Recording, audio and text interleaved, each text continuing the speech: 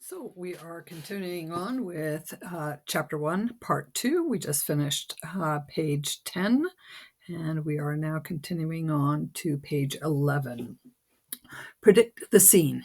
Thinking like a rider, Part 4.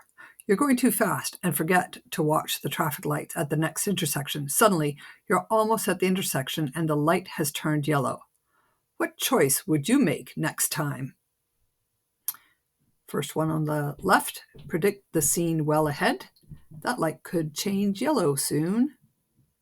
Or yellow, should I stop or should I go? Respond in a hurry.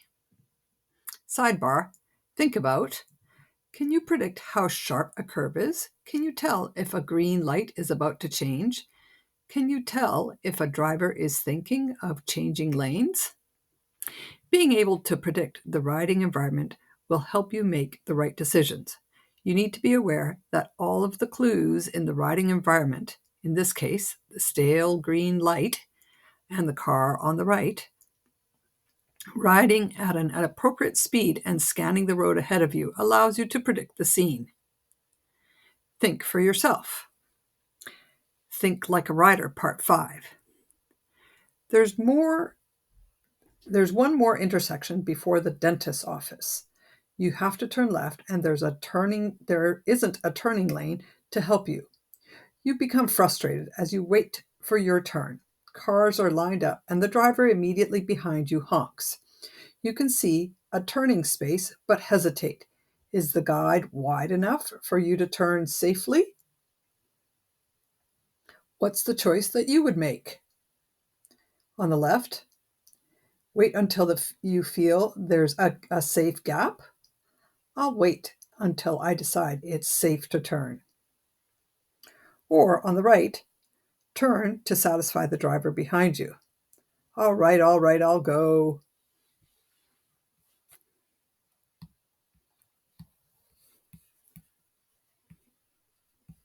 Oops.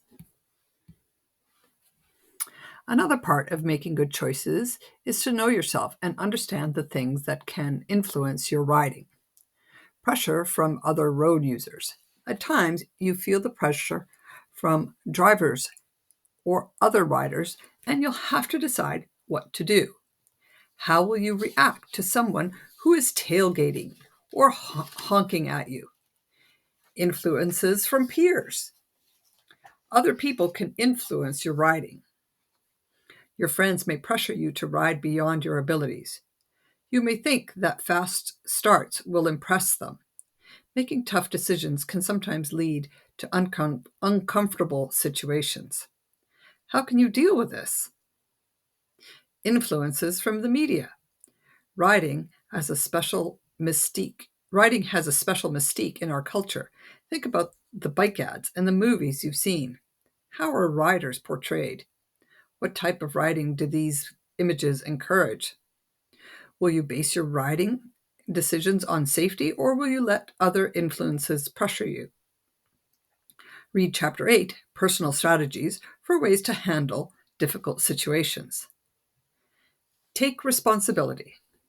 Becoming licensed to ride means that you're taking on new responsibilities for yourself, your passengers, and other road users. You, the rider. Think like a rider, Part 6. You finally got through the dental appointment. Now you're worried about being late for your friend.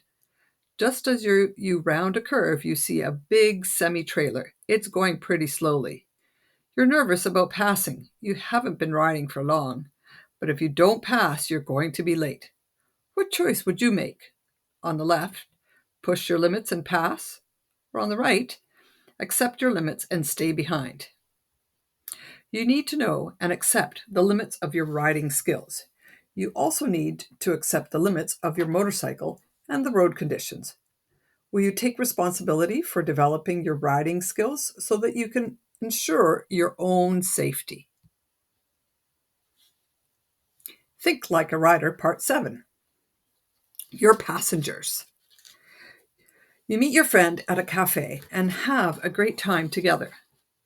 Just when it's time to leave, she says, "Can you give me a ride home? I'm dying to ride on your bike."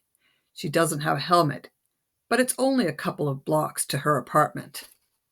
What choice would you make? On the left, risk annoying your friend by not giving her a ride. She's angry, but she's also safe. She'll forgive me. Or on the left, take your friend and risk her life. Since you're responsible for the safety of your passengers, make sure your motorcycle is equipped to carry passengers. They wear an approved helmet and protective gear. They're properly seated behind you with their feet on the foot pegs or floorboards. They know how to be a safe passenger, and your motorcycle license permits you to carry passengers. Carrying a passenger changes the way your bike handles, so you need to be an experienced rider before accepting passengers. For more information on carrying passengers, see Chapter 8, Personal Strategies. Other road users. Thinking like a rider, Part 8. You're almost back home. About half a block from the next intersection, you notice a woman standing at the crosswalk, but she's looking the other way and doesn't appear ready to cross. You could slow down and prepare to brake for her, but if you just speed up a little bit, you could make it through the intersection first. What choice would you make? On the left, be cautious and slow down, or on the right, get through the intersection first. You share the road with cars, trucks, trains, and other motorcyclists and bicyclists. Pedestrians and people who use wheelchairs may need to cross your path. You may need to move to the other side of the road so that an emergency vehicle can pass. You never know when an animal may dart across your path. You can't always take action that will protect you, your passengers, and other road users. But by making responsible choices, you can help prevent many dangerous situations. Preparing to ride. Riding a motorcycle is complex and you'll always have to make choices. Some of these choices may be tough. You can prepare yourself by studying this guide and tuning up for riders, by practicing with a qualified supervisor, and by taking professional training. That's the end of Chapter 1.